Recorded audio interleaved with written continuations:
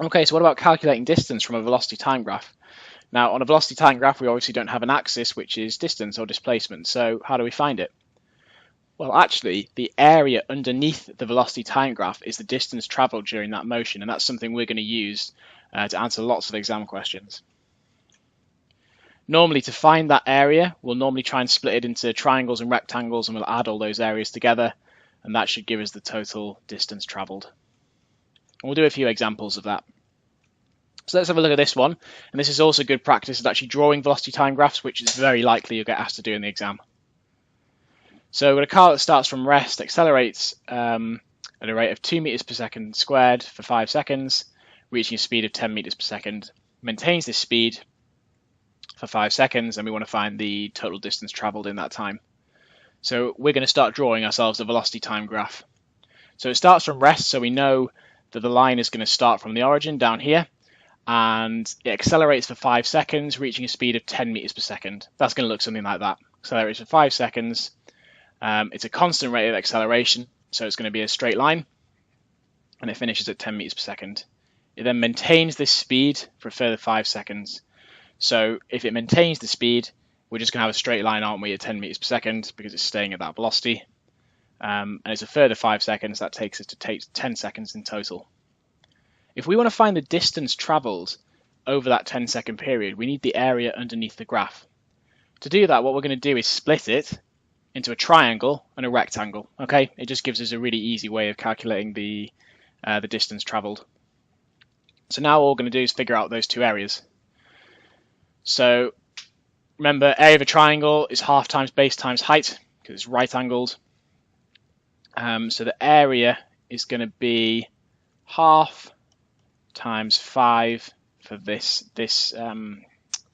length here. This length here is obviously going to be 10, and that gives us 25 meters. For the second one, we've got a rectangle. The distance on the bottom is 5. The height is 10. So the area gives us 50 meters. So the distance traveled, we'll call it S. We just add those two together. And in that 10-second period, the car travels 75 meters. Okay, so that's just a simple example to show you how we split up a velocity time graph into different areas to figure out the distance traveled. We'll have a look at another example or two. So we've got a motorbike this time. It accelerates uniformly to a velocity v, and I've not told you what v is. We'll work on that in the question. It maintains this speed for a little while and then it decelerates again. So have a read through that question and try and understand the motion of this motorbike. Now this time I've told you what the distance it's traveled is, and we want to figure out what this v is. Okay, we're going to do the same thing though, to be honest. We're going to figure out an area and then use it to solve an equation. Let's start drawing this velocity time graph. The first section is a uniform acceleration, which is going to be a straight line, to a velocity v in 10 seconds. Okay, so it looks something like that. We don't know what v is, so we'll just mark it as v on the graph. It maintains this speed for 5 seconds. That takes it to 15 seconds. And then it uniformly decelerates back to rest. So it's going to be a straight line heading back towards the velocity of 0, so back towards the t-axis, over the following 10 seconds, which takes us to 25 seconds in total. Okay, so we know it travels 450 meters, so we know the area is going to be 450 meters under this graph. Okay.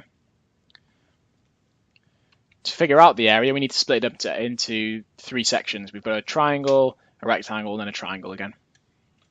And we'll figure out each of these areas. Now, we're not going to be able to actually figure out the areas. We're just going to be able to come up with an equation in terms of v. Okay. So for the first triangle, remember, triangle's half times base times height, so I'm going to do half times the base is going to be 10 for the time, and it's going to be v for the velocity. Yeah, we've got a change in velocity of v. I can simplify that and write that as 5v. The second area is a rectangle, so just do base times height, so that's going to be 5 for the time from 10 to 15 seconds, times v. Again, that's 5v. For the third area, is a triangle again, so it's going to be half times 10, which is the difference between 15 and 25 seconds, times v. which again is 5v, so they're all the same. So the displacement is given by the sum of all these, 5v plus 5v plus 5v, which is 15v. But we also know that the total distance travelled was 450 meters. We were told that in the question. So we know that 15v must equal 450. And from that we can figure out v, it's going to be 450 over 15, which is 30 meters per second. Okay, so I've figured out what that velocity the motorbike reaches is. Okay, so as well as finding out the distance, we can be given a distance and asked to find out something on the graph. We might be missing a velocity like we are here, or maybe missing a time from the bottom axis. And let's have a look at another one. So we've got two cars this time to make it a little bit more complicated. Both cars take the same time to complete a lap, but they do different motions. We're going to focus on car A first. We're going to draw the velocity time graph. I'm going to try and figure out this missing velocity v. So car A, it starts at rest, and then it uniformly accelerates. Remember, that means we've got a straight line to v meters per second in 20 seconds. Okay, I'm going to use green to signify car A just so we don't get confused with car B. There's the first section. We go to v in the first 20 seconds. After that, it immediately decelerates uniformly to rest over the next 25 seconds. That takes it to 45 seconds total, and we decelerate to rest. Now car B, which we'll do in red, it also starts from rest, accelerates uniformly to 42 meters per second in 30 seconds. So it looks something like this. And it then maintains this speed until it finishes the lap. So it's just going to stay at that 42 meters per second for the remaining 15 seconds. Okay, because we know that both cars take 45 seconds, so we know the remaining time for that one is another 15 seconds on the end. Okay, they've both completed one lap of the track, so they've both traveled the same distance. We can use that to figure out what v is.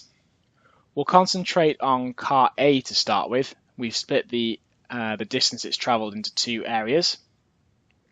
For the first area, it's going to be half times the base, which is 20, times the height, which is v, which gives us 10v.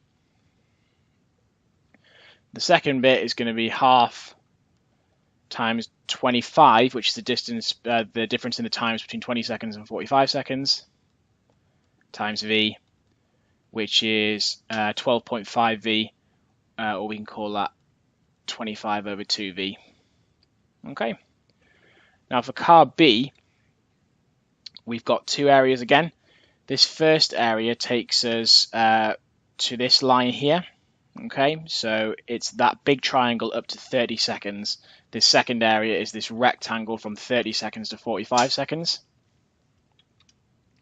So we've done car A, and for car B, we've got a triangle in the first instance.